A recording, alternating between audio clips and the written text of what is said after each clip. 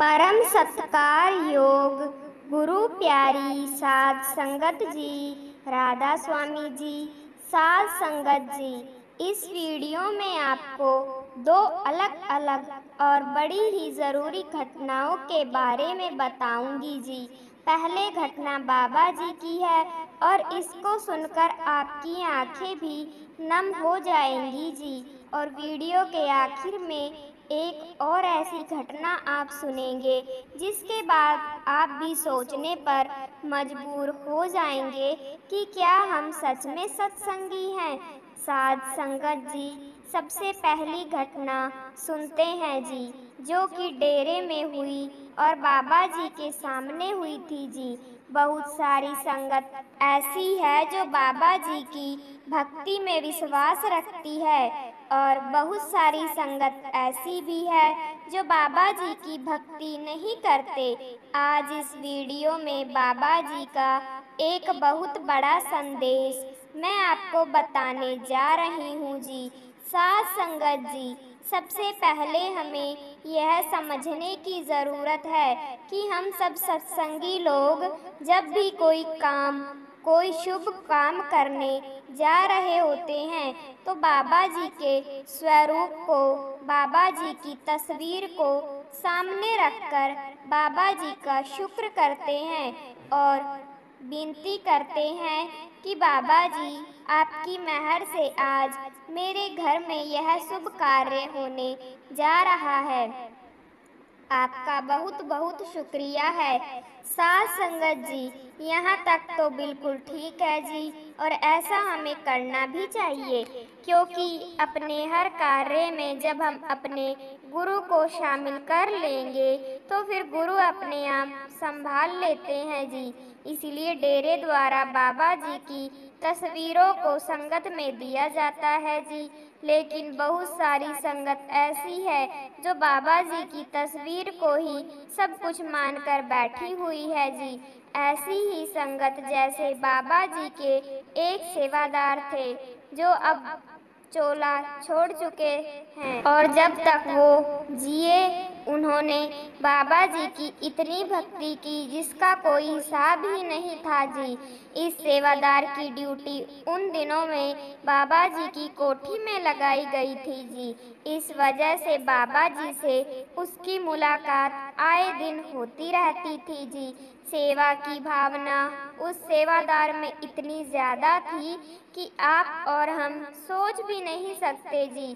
बाबा जी जब भी उससे मिलते तो उससे हमेशा सवाल किया करते थे कि भजन सिमरन कैसा चल रहा है, और इस सवाल पर वह बाबा जी को कह देता था कि बाबा जी, मेरे भजन भी आप हो और सिमरन भी आप हो, आपके अलावा मुझे कुछ दिखाई नहीं देता।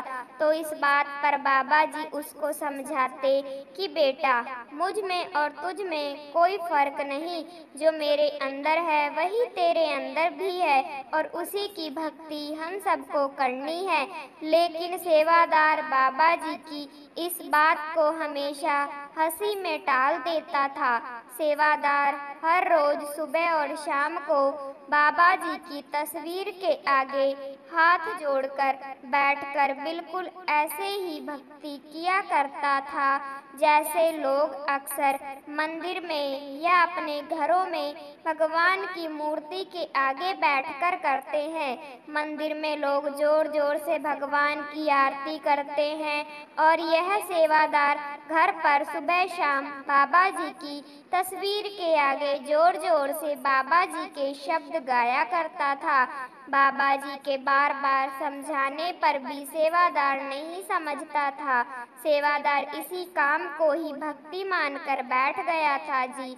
और बाबा जी उसको बार बार यही समझाते थे कि बेटा, मैं यहाँ संगत के बीच आया हूँ तो मेरा एक मकसद है, और अगर मेरी संगत तेरे जैसी सोच रखेगी तो मैं अपने मकसद में कभी भी कामयाब नहीं हो पाऊंगा। गुरु की भक्ति करके तुझे कुछ भी हासिल नहीं होगा। गुरु यहाँ अपनी तारीफ करवाने या अपने शरीर की भक्ति करवाने नहीं आते। गुरु जब संसार में आते हैं तो एक बड़ी जिम्मेदारी उनके कंधों पर होती है और गुरु अपनी इतनी बड़ी जिम्मेदारी को तभी पूरा कर सकते हैं अगर संगत उनका साथ देगी, नहीं तो संगत के साथ के बिना गुरु कुछ नहीं कर पाएगा। तो सेवादार बाबा जी की इस बात को सुनकर कहने लगा कि बाबा जी आप हुक्म कीजिए, आपको मुझसे जैसा भी साथ चाहिए मैं देने को तैयार हूँ। यह जीवन मैंने आप ही के नाम तो कर रखा है। अगर आप कहीं से छलांग लगाने को भी कहोगे तो भी मैं एक सवाल नहीं करूँगा और कूद जाऊँगा। बाबा जी सेवादार की बातों को सुनकर मुस्कुरा पड़े और कहने लगे कि तू मेरी एक छोटी सी बात तो मानता नहीं और बातें कहीं से भी छलांग लगाने की करता है। तो इस पर सेवादार कहने लगा कि बाबा जी मैं भक्ति करता तो हूँ, सेवा भी करता हूँ और सुबह शाम भक्ति भी करता हूँ। तो बाबा जी समझाने लगे कि बेटा अगर ऐसी भक्ति करनी थी तो नामदान लेने की क्या ज़रूरत थी। यह भक्ति तो बिना नामदान के भी हो सकती है, बाकी आगे तेरी मर्जी। गुरु का काम होता है संगत को सही राह दिखाना। अब अगर संगत चलना ही ना चाहे तो इसमें गुरु क्या करेगा। यह कहकर बाबा जी वहाँ से चले गए और ऐसे ही इस सेवादार को डेरे में सेवा करते करते बहुत साल बीत गए। यह कई साल तक बाबा जी की भक्ति करता रहा और अब सेवादार बूढ़ा हो चुका था और बूढ़े होने की वजह से सेवादार का शरीर उतनी सेवा नहीं कर पाता था जितनी यह जवानी में समय में किया करता था। एक बार सेवादार लंगर घर में दाल बनाने की सेवा कर रहा था तो वहाँ बाबा जी आ गए और बाबा जी ने सभी सेवादारों को दर्शन दिए और बाबा जी की नज़र अब इस सेवादार पर पड़ी तो बाबा जी ने इसको अपने पास बुलाया और बाबा जी पूछने लगे कि बेटा इतने साल तूने मेहनत की, मेरी संगत की सेवा की, अब तो तेरे खजाने में बहुत कमाई इकट्ठी हो गई होगी। तो सेवादार कहने लगा कि बाबा जी मैं आपकी बात को समझ नहीं पाया। बाबा जी ने समझाया कि बेटा तू शुरू से एक सत्संगी रहा है और सेवा भी बहुत की है, भक्ति भी बहुत की है, लेकिन मैं देख पा रहा हूँ कि तेरा रूहानी खजाना एकदम खाली पड़ा है, तेरी तिजोरी में कुछ भी नहीं है।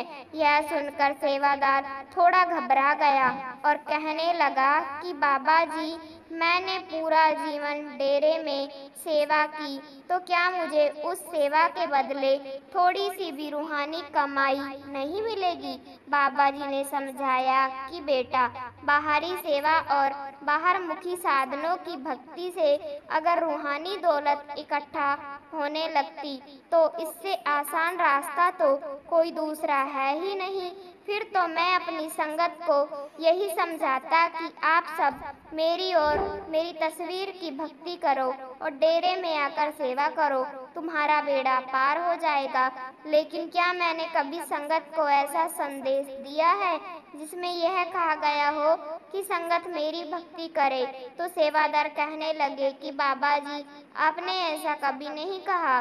बाबा जी कहने लगे कि बेटा सत्संगी बनना तो बड़ा आसान है, लेकिन सत्संग में बराबर क्या समझाया जाता है उसको अमल में लाना इतना आसान नहीं है, उसके लिए बहुत मेहनत लगती है और हम सब आसान रास्ता अपना लेते हैं। तूने सारी उम्र मेरी भक्ति में निकाल दी और अब आखिर समय में तेरे पास कुछ भी नहीं है, तेरा खजाना बिल्कुल खाली है। सेवादार की आंखों से आंसू बहने लगे और सेवादार कहने लगा कि बाबा जी मुझसे बहुत बड़ी गलती हो गई है, जो मैंने आपके बार बार समझाने पर भी आपकी बात नहीं मानी, लेकिन अब आगे मेरे पास जितना भी समय है मैं भजन सिमरन में लगाऊंगा।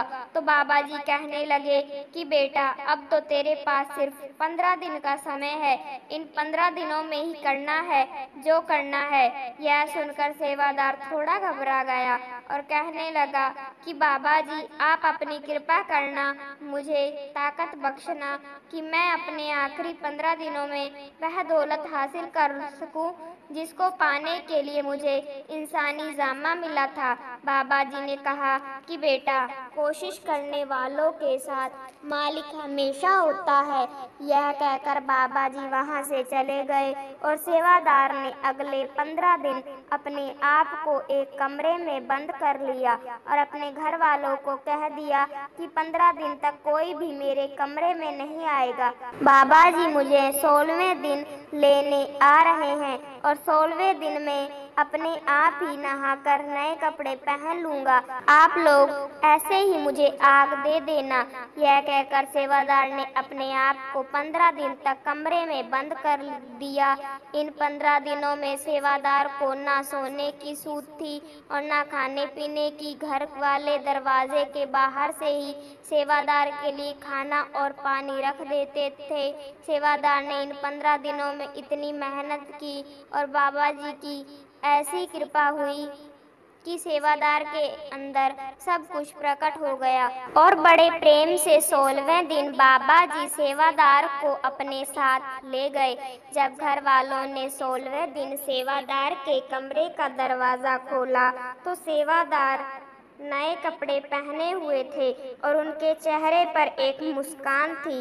परिवार वालों ने उसी कंडीशन में ही सेवादार की आखिरी रस्में पूरी कर दी जैसा सेवादार ने कहा था। साध संगत जी, जो लोग बाबा जी की भक्ति करके मन को तसल्ली दिए बैठे हैं कि अब तो हमें सब कुछ हासिल हो जाएगा और हमारी रूहानी तरक्की हो जाएगी, तो वह सब भी इस सेवादार की तरह गति कर रहे हैं। आखिर में इस सेवादार की तरह पछताने से अच्छा है आज ही संभल जाएं और बाबा जी की बातों को अमल में लाएं। साध संगत जी, अब मैं आपको भंडारे पर डेरे में हुई एक घटना के बारे में बताती हूँ जी। कहने को तो हम सब सत्संगी है, लेकिन क्या अपने नाम के साथ सत्संगी जोड़ लेना ही बहुत होता है? सत्संगी बनने के लिए बहुत कुछ त्याग करने पड़ते हैं। क्रोध, मोह, लोभ, अहंकार जैसी बुरी चीजों को त्यागना पड़ता है। भंडारे पर दो परिवार इसीलिए आपस में लड़ पड़े क्योंकि दोनों परिवार के अंदर अहंकार भर पड़ा था और बात छोटी सी थी लेकिन इतना बड़ा रूप ले गई क्योंकि दोनों ही गुस्से वाले थे। संगत जी, आप सब जानते हो कि भंडारे पर लाखों की संख्या में संगत आती है और हर कैंटीन, भोजन भंडार और स्नैक बार में इतना ज़्यादा भीड़ हो जाती है कि लंबी लंबी लाइन लग जाती है जी। डेरा और बाबा जी हमेशा से अनुशासन में रहना पसंद करते हैं जी और डेरे में हर चीज़ सुनियोजित ढंग से ही होती है जी, जिससे कि संगत को परेशानी ना हो। 5 से 6 लाख संगत के पहुँचने के बाद भी संगत अनुशासन नहीं तोड़ती और ना ही किसी तरह की भाग दौड़ कभी मचाती है। यह सब इसीलिए क्योंकि बाबा जी अपनी संगत को हमेशा अनुशासन में रहना सिखाते हैं जी। लेकिन कभी कभी डेरे में ऐसे लोग भी आ जाते हैं जो अनुशासन को तोड़ने में देर नहीं करते। कैंटीन में खाने पीने के सामान के लिए लंबी लाइन लगी हुई थी। एक लंबी लाइन के बीच में एक आदमी भी था और उसके आगे एक छोटा बच्चा आकर खड़ा हो गया। छोटे बच्चे को कहाँ पता था कि लाइन में सबसे पीछे लगना है।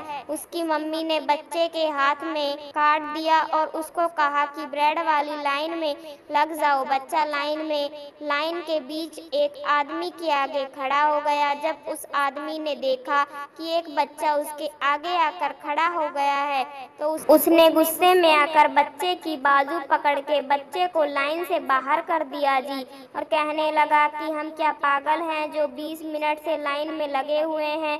जब उसने बच्चे की बाजू पकड़कर लाइन से बाहर किया तो बच्चे के पापा ने देख लिया और बच्चे के पापा गुस्से से वहां पर आ गए और उस आदमी को 4 बातें सुना दी, जिससे कि उस आदमी को भी गुस्सा आ गया और दोनों में बहस छिड़ गई। दोनों एक दूसरे को धमकी देने लगे। दोनों के परिवार में के बाकी सदस्य भी वहां आ गए और आपस में बहस करने लगे। बच्चे के पापा ने कहा कि तेरी हिम्मत कैसी हुई मेरे बच्चे को धक्का देने की। तो वह आदमी कहने लगा कि हिम्मत देखनी है तो डेरे के बाहर मिल। जब बहस बढ़ गई तो एक बुजुर्ग सेवादार इनके पास आए और दोनों को बड़े अच्छे से डांट लगाते हुए समझाने लगे कि क्या आपको यह सब शोभा देता है। दोनों अपना अपना पक्ष बुजुर्ग के आगे रखने लगे। आदमी कहने लगा कि इसका बच्चा मेरे आगे लाइन में आकर खड़ा हो गया, इसीलिए मुझे गुस्सा आया। और बुजुर्ग सेवादार ने समझाया कि बेटा, बच्चे तो भोले होते हैं। अगर बच्चा आपके आगे खड़ा हो गया था तो आप बच्चे को प्रेम से समझाते। ऐसे बाजू पकड़कर धक्का देने की क्या जरूरत थी। इससे बच्चे के मन पर क्या असर पड़ेगा। बड़ी देर की बहस के बाद बुजुर्ग ने दोनों परिवारों को शांत किया और उसके बाद दोनों ने एक दूसरे से माफी भी मांगी। साध संगत जी, यह घटना मैंने इसलिए सुनाई जी क्योंकि इन दोनों परिवार में और हम सब में जरा भी फर्क नहीं है जी। भीड़ वाली जगह पर कोई गलती से हमारे पैर पर पैर रख दे या जरा सा गलती से धक्का लग जाए तो हमें गुस्सा आ जाता है जी। हम सोच कर देखें कि क्या हम सच में सत्संगी बन गए हैं या सिर्फ दुनिया को दिखाने के लिए हम लोग सत्संगी हैं। असल सत्संगी वही है जिसके मन में 5 विकार काम क्रोध लोभ मोह अहंकार जड़ से निकल चुके हैं। और हमें भी कोशिश करनी है कि हम अपने मन के बुरे विकारों को निकालकर बाहर फेंकते और बाबा जी के उसूलों पर चले। साथ संगत जी, बाबा जी अक्सर अपनी संगत को समझाते हैं कि हमें कभी भी किसी की बुराई नहीं करनी चाहिए, किसी की निंदा नहीं करनी चाहिए और ना ही किसी के लिए अपने मन में ईर्ष्या रखनी है। बाबा जी अपनी संगत को ऐसा क्यों समझाते हैं, इसका जवाब आपको बाबा जी की इस साखी में मिल जाएगा जी। जब आप बाबा जी की इस साखी को पूरा सुन लेंगे तो यकीन मानिए आप जीवन में कभी किसी की बुराई या निंदा जानबूझकर तो क्या जाने अनजाने में भी नहीं करोगे। इस साखी को सुनने के बाद आप वो जगह छोड़ दिया करोगे जहाँ किसी की निंदा की जा रही हो जी। इसीलिए बाबा जी इस प्रेरणा भरी साखी को पूरा जरूर सुनिए जी। साथ संगत जी, एक गांव में एक बहुत अमीर सेठ रहा करता था। सेठ अक्सर गरीबों और ब्राह्मणों को अपने घर बुलाकर भोजन करवाया करता था। सेठ का मानना था कि वो अपनी कमाई का 10वां हिस्सा दूसरों की भलाई के काम में लगाया करेगा और ऐसा वह सालों से करता भी आ रहा था। मालिक की मौज से उसके पास सब कुछ था और उसका कारोबार भी बहुत अच्छा चल रहा था।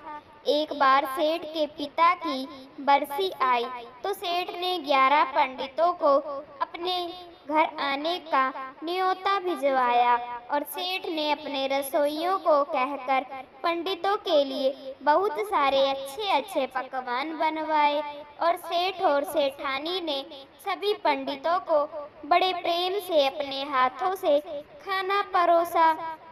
सभी पंडितों ने पेट भरकर खाना खाया और उसके बाद सेठ और सेठानी रसोई में से पंडितों के लिए स्पेशल बनाई गई खीर लेकर आए।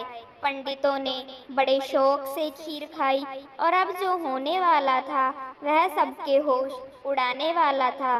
पंडितों ने जैसे ही खीर खाई एक एक करके सभी पंडित मारे गए।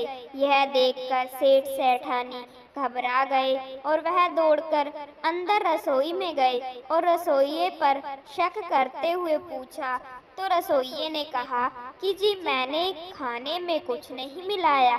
साध संगत जी, जिस समय रसोइया खीर बना रहा था उस समय खीर के पतीले के ऊपर आकाश में एक कौवा अपनी चोंच में एक सांप को दबाए उड़ रहा था और सांप बार बार कौवे से खुद को बचाने के लिए पुकार रहा था और उसकी पुकार के साथ ही उसका जहर नीचे खीर के पतीले में गिर रहा था, जिस बात की जानकारी ना तो रसोइयों को थी और ना ही सेठ सेठानी को।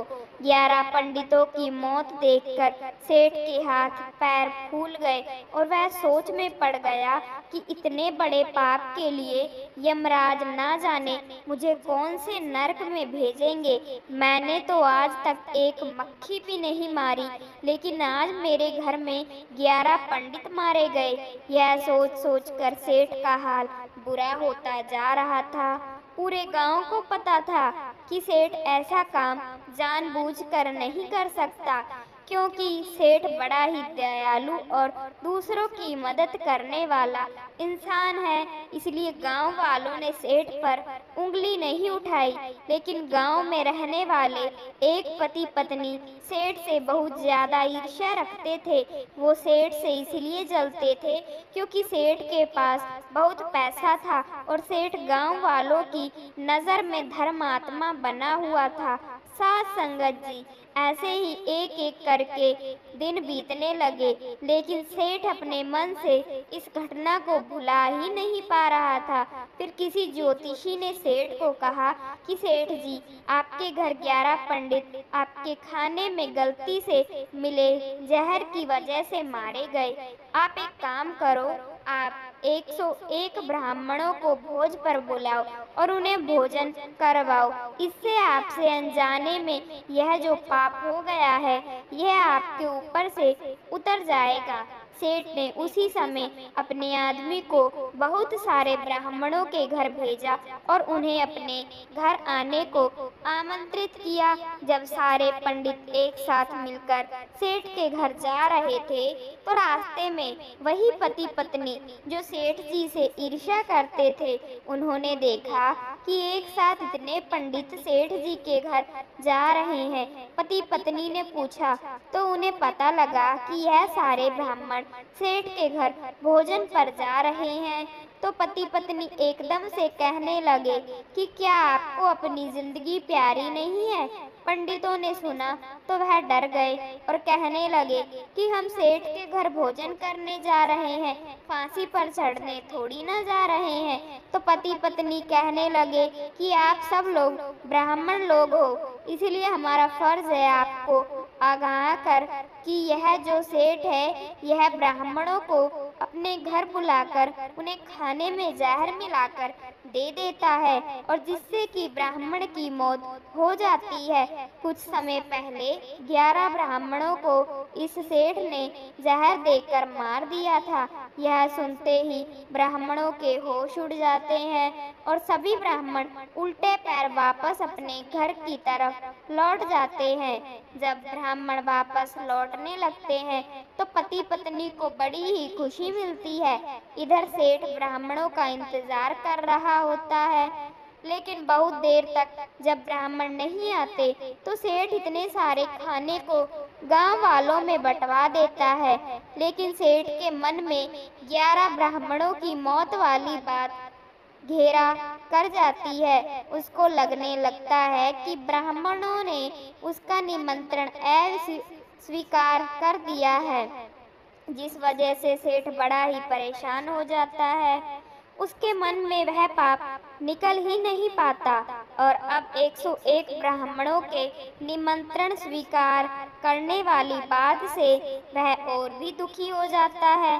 सेठ मालिक के आगे बड़ा रोता है और बेनती करता है कि मुझे बख्श दो, ब्राह्मणों की मौत में मेरी कोई गलती नहीं है। अब इस पाप का हिसाब किताब यमराज के धर्मराज के दरबार में जाता है। धर्मराज पूरी बात को ध्यान से समझते हैं और कहते हैं कि इस पूरे खेल में सेठ की कोई गलती नहीं, क्योंकि सेठ ने तो ब्राह्मणों को सच्ची श्रद्धा के साथ भोजन पर आमंत्रित किया था, इसलिए सेठ इस पाप से मुक्त होता है। साध संगत जी, लेकिन धर्मराज को किसी न किसी को तो इस इतने बड़े पाप का दोषी बनाना था। अब धर्मराज रसोइये के बारे में सोचते हैं। धर्मराज पूरा सोच विचार करके कहते हैं, रसोइये की भी कोई गलती नहीं है, क्योंकि रसोइये को तो पता ही नहीं चला कि कब ऊपर आकाश से सांप ने अपना जहर छोड़ दिया। इसके बाद धर्मराज जी ने कोए के बारे में सोचा, लेकिन वह भी निर्दोष पाया गया, क्योंकि कौआ तो अपना कर्म कर रहा था। अपनी भूख मिटाने के लिए उसने सांप का शिकार किया था। खाने में जहर वाली बात से कौए का भी कोई लेना देना नहीं था, इसलिए कौआ भी निर्दोष हो गया। इसके बाद बारी आई सांप की। सांप ने अपनी जान बचाने के लिए फुकार भरी थी। सांप को नहीं पता था कि उसका जहर नीचे बन रहे खाने में मिल जाएगा, इसीलिए सांप का भी कोई दोष नहीं है। अब धर्मराज जी परेशानी में आ गए कि फिर दोषी किसको बनाया जाए, क्योंकि पाप तो हुआ है और किसी न किसी को दोषी तो बनाना ही पड़ेगा। फिर धर्मराज जी ने उन पति पत्नी के बारे में सोचा जो सेठ से ईर्ष्या रखते थे और सेठ के पुण्य वाले काम में वह दोनों बांधा बने रहते थे। उन दोनों ने सेठ की निंदा 101 ब्राह्मणों के आगे की थी। धर्मराज जी ने अपनी पुस्तक में लिखा कि इस पूरे पाप के जिम्मेदार वह दोनों पति पत्नी हैं, क्योंकि उन्होंने सेठ से ईर्ष्या रखी थी और सेठ की निंदा की थी, जिस वजह से सभी पंडित वापस लौट गए और पंडितों को भोजन ना करवाने के कारण सेठ के मन को शांति ना मिल सकी। धर्मराज ने उसी समय आदेश दिया कि पत्नी को अंधा कर दो और पति के दोनों हाथ काट दो, और जब तक उसकी सांसें लिखी है तब तक वो ऐसे ही जिएंगे। धर्मराज का हुक्म हुआ था तो हुक्म का पालन भी किया गया। एक दिन पत्नी रसोई में गरम तेल में पूरियां तल रही थी कि अचानक गरम तेल की छींटे पत्नी की आंखों में पड़ गए और उसकी दोनों आंखें हमेशा के लिए खराब हो गई। और इसके कुछ दिन के बाद पति अपने पशुओं के चारे के लिए घास को काट रहा था कि उसके दोनों हाथ मशीन में आ गए। साथ संगत जी, अब आपको समझ आ गया होगा कि निंदा करने का फल कितना ज्यादा भयानक हो सकता है। इस पूरे पाप में पति पत्नी का कुछ भी लेना देना नहीं था। उन्होंने तो बस उस सेठ की थोड़ी सी निंदा की थी और मालिक ने पूरे पाप का दोषी ही पति पत्नी को ही बना दिया। इसलिए तो कहा जाता है कि दूसरों की बुराई करके हम कुछ पल के लिए तो मन ही मन प्रसन्न हो जाते हैं, लेकिन उनके जो पाप हैं वह हम अपने ऊपर ले लेते हैं। इसलिए हमें जीवन में एक वचन लेना चाहिए कि हम कभी भी किसी के ऊपर ना तो उंगलियां उठाएंगे और ना ही निंदा करेंगे। कोई गलत है तो वह उसके अपने कर्म है, हम उसको दंड देने वाले कोई नहीं होते। जिसने दंड देना है वह सब कुछ देख रहा है, इसलिए सब कुछ उस मालिक पर छोड़ दो और बस अच्छे कर्म करते चलो। ना किसी से बैर रखना है और ना मन में किसी के लिए ईर्ष्या रखनी है। छोटी सी इस जिंदगी को खुशी खुशी काट कर भजन सिमरन करके हमें तो यहाँ से अपने असल घर पहुँचना है। यही हमारा लक्ष्य होना चाहिए। संगत जी, इसी के साथ मैं आपसे विदा लेती हूँ जी। मुझे आशा है कि बाबा जी की इस साखी को सुनकर आप इस पर अमल भी जरूर करेंगे जी। साथ संगत जी, आज इस वीडियो में आपके साथ आज डेरे में हुए सत्संग की महत्वपूर्ण बातें शेयर करने जा रही हूँ जी। आज बाबा जी ने जो कुछ भी संगत को समझाया जी, वह सब कुछ आप भी सुनिए, समझिए और अमल में लाइए जी। आज बाबा जी ने आज निरंजन प्रभ निरंकारा बाणी पर सत्संग फरमाया था जी। बाबा जी ने फरमाया, यह गुरु घर की वाणी है। पांचवी पातशाही हमें समझाने की कोशिश कर रही है कि हम जो भक्ति कर रहे हैं क्या वह सही है, हमें भक्ति करनी किसकी है। आज हम गुरु के शरीरों के आगे, तस्वीरों के आगे माथे टेकने लगते हैं। बाबा जी बोले, क्या ऐसे माथे टेकने से हम अपने असल मकसद में कभी कामयाब हो सकेंगे? कोई कहता है मेरा भगवान बड़ा है, तो कोई अल्लाह को बड़ा बताता है, लेकिन भक्ति करनी किसकी है हमें यह नहीं पता। जितने भी धर्म मजहब हैं, सब एक ही बात समझाते हैं कि मालिक एक है। किसी भी धर्म या मजहब ने यह नहीं कहा कि मालिक एक से ज्यादा है, लेकिन फिर भी हम समझ नहीं पा रहे। आगे बाबा जी ने समझाया कि इस पूरी सृष्टि को जिसने बनाया है वह एक ही मालिक है, और वह मालिक किसी एक धर्म या मजहब का नहीं है। वह कुल मालिक एक ही है जिसने इस सारे संसार की रचना की है। आगे बाबा जी ने फरमाया, पलटू एक को एक है दूजा, ना है कोई धर्मों ग्रंथों में। एक को एक कहकर उस मालिक को बयान किया है। हमारी फितरत बन चुकी है कि हम किसी भी काम के लिए आसान से आसान तरीके को ढूंढकर अपना लेते हैं।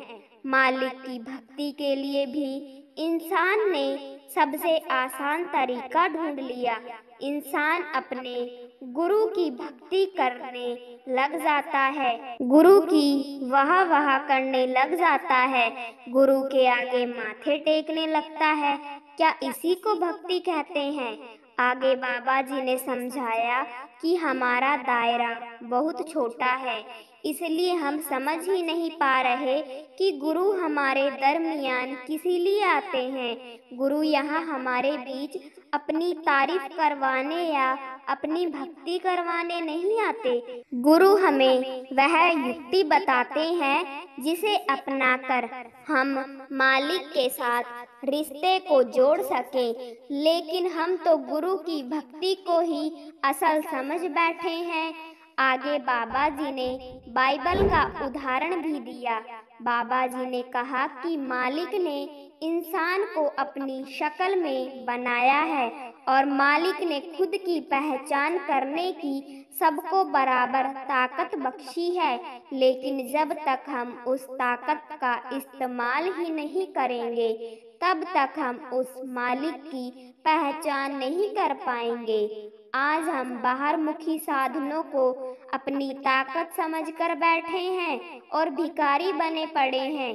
बाबा जी बोले, पहले हम गुरु के शरीर की भक्ति करते हैं और गुरु के जाने के बाद गुरु की फोटो के आगे माथे टेकने लगते हैं, और हम सोचकर बैठ जाते हैं कि बाहरमुखी साधनों पर माथा टेकने से मालिक खुश हो जाएगा। बाबा जी ने कहा कि जितना मर्जी बाहरमुखी ढूंढ लो, बाहर कुछ नहीं है। अपनी ताकत को पहचानो, सब कुछ अंदर छुपा हुआ है। आगे बाबा जी ने 84 के ऊपर समझाया कि 84 के जाल में आज सब फंसकर बैठे हैं। आज सब मोह माया में पड़े हुए हैं, और जिस मालिक ने हमें सब कुछ दिया है उस मालिक को भूले बैठे हैं। बाबा जी बोले, यह इंसानी जामा फिर पता नहीं दोबारा कब मिलेगा। एक जूनी में अगर 1 साल भी काटना पड़े तो सोचो दोबारा कितने लाख सालों के बाद मालिक हमें फिर से यह मौका देगा, और हम मोह माया में पड़कर अपने असल को भूले बैठे हैं। हम बाहरी जिम्मेदारियों के लिए मालिक के प्रति जिम्मेदारी को भूले बैठे हैं। बाबा जी बोले, जब हम मालिक की जिम्मेदारी को निभाना शुरू कर देंगे तो बाहरी जिम्मेदारियों अपने आप पूरी होती जाएगी। आगे बाबा जी ने धर्मों मजहब के भेदभाव को समझाते हुए फरमाया कि मजहब नहीं सिखाता आपस में बैर रखना। बाबा जी बोले, मजहब जब बने थे तो उनकी नींव प्रेम के आधार पर रखी गई थी और आज मजहब के नाम पर एक दूसरे के दुश्मन बने पड़े हैं। आगे बाबा जी ने उदाहरण देते हुए समझाया कि यह तो इंसान की फितरत है कि इंसान सब कुछ बांटने लगता है और बंटवारे में खुशी ढूंढता है। जब छोटे थे तब खिलौनों कपड़ों को बांट लिया, जब बड़े होते हैं तो जमीन जायदाद कारोबार को बांट लेते हैं, फिर अपने आप को देशों में बांट लेते हैं, फिर धर्म बना दिए, खुद को धर्मों में बांट लिया और जिस एक ने इस सृष्टि की रचना की है उस मालिक को भी नहीं बख्शा, मालिक को भी बांट लिया। कोई कहता है गोड बड़ा है तो किसी ने भगवान को बड़ा बता दिया। बाबा जी ने समझाया कि सबके अपने अपने तरीके हैं लेकिन मकसद सभी का एक ही है, अपने अंदर उस मालिक को पाना। बाबा जी बोले, एक पिता एकस के हम वारिस, वो मालिक एक ही है और हम सब उस एक मालिक के बच्चे हैं। बाबा जी ने कहा कि अब सवाल यह आया कि जब मालिक एक है तो उसको पाने के तरीके अलग क्यों हैं। बाबा जी ने समझाया कि अलग अलग समय पर दुनिया में महापुरुष आए और सबने एक अच्छा माहौल बनाने के लिए अपने अपने हिसाब से हमें समझाया है। लेकिन क्या कोई ऐसा धर्म है जो कहता हो कि मालिक दो है या तीन है? सबका कहना है कि मालिक एक ही है। आज सब किसी न किसी मत से, किसी न किसी सभ्यता से जुड़े हुए हैं और हर सभ्यता की, हर मत की अपनी अपनी सोच है। तो हमारी ज़रूरत को समझते हुए और हमारी कमजोरियों को देखते हुए आप जी ने हमें बाहरमुखी साधनों के बारे में समझाया और आज हम जो भेदभाव रखते हैं वह इन्हीं बाहरमुखी साधनों में ही करते हैं। हर धर्म अपने तरीके को उत्तम बताता है और सब समझने लगे कि हर धर्म का भक्ति करने का तरीका अलग है। आखिर में बाबा जी ने संगत को समझाया कि नाम की कमाई कर लो, भजन सिमरन कर लिए टाइम निकालो। बाबा जी बोले, नानक के घर नाम साध संगत जी।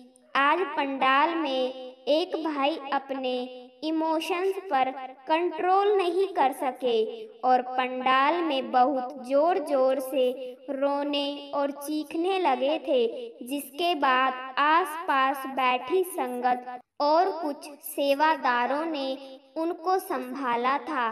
साध संगत जी इस वीडियो को अपने ग्रुप में दूसरी संगत के साथ साझा जरूर करें जी। यह भी एक सेवा ही है क्योंकि बहुत सारी संगत डेरे नहीं जा सकी थी जी और आपके एक शेयर से संगत घर बैठकर ही आज बाबा जी की समझाई बातों को सुन सकती है जी। इस काम को सेवा समझकर जरूर करें जी। संगत जी कमेंट में राधा स्वामी लिखना मत भूले जी और अपने इस चैनल को सब्सक्राइब करना मत भूले जी। गुरु प्यारी सा